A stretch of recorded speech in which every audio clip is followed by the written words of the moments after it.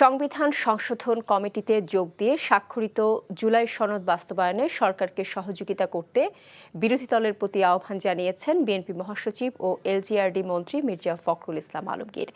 রাজধানীতে এক অনুষ্ঠানে তিনি এই আহ্বান জানান। খান আল আমিনের রিপোর্ট।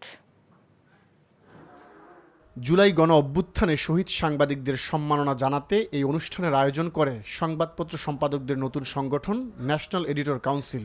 শহীদ পরিবারের সদস্যদের হাতে সম্মাননা তুলে দেন বিএনপি মহাসচিব মির্জা ফখরুল ইসলাম আলমগীর। পরে তিনি বলেন, শহীদের আকাঙ্ক্ষার স্বাক্ষরিত জুলাই সনদ বাস্তবায়ন করবে সরকার। এজন্য বিরোধী দলকে সংসদে গঠিত কমিটিতে যোগ দেওয়ার আহ্বান জানান তিনি। আমি মনে করি সংসদে সুযোগ এসছে, একটা আপনার কমিটিও তৈরি করা হয়েছে। বিরোধী দলের আমার আহ্বান থাকবে যে তারা আসবেন, এই কমিটিতে যোগ দিবেন এবং সংবিধানের যে বিষয়গুলো পরিবর্তন করা দরকার সেই পরিবর্তন করার তারা সহযোগিতা করবেন।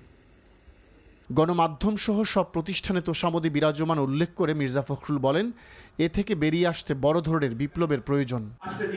এদিকে স্থানীয় সরকার নির্বাচনে বিএনপির প্রার্থীদের উপর দলীয় সমর্থন থাকবে কিনা সে বিষয়ে এখনও কোনো সিদ্ধান্ত হয়নি বলে জানিয়েছেন দলের জ্যেষ্ঠ যুগ্ম মহাসচিব রুহুল কবির রিজভী। আমাদের প্রার্থীতা কিভাবে বাছাই হবে না হবে, এবার তো দলনিরপেক্ষভাবে নির্বাচন। দলনিরপেক্ষ বলছে যে দলের প্রতীক নিয়ে কোনো নির্বাচন হচ্ছে না। তো সেই ক্ষেত্রে কিভাবে হবে না হবে, সেই ক্ষেত্রে দল এবং আমাদের যে সর্বোচ্চ নীতি নির্ধারণী যে ফোরাম আছে তারা বসে পরবর্তীতে এটা জানাবেন। এখন পর্যন্ত এই বিষয়ে কোনো সিদ্ধান্ত হয়নি।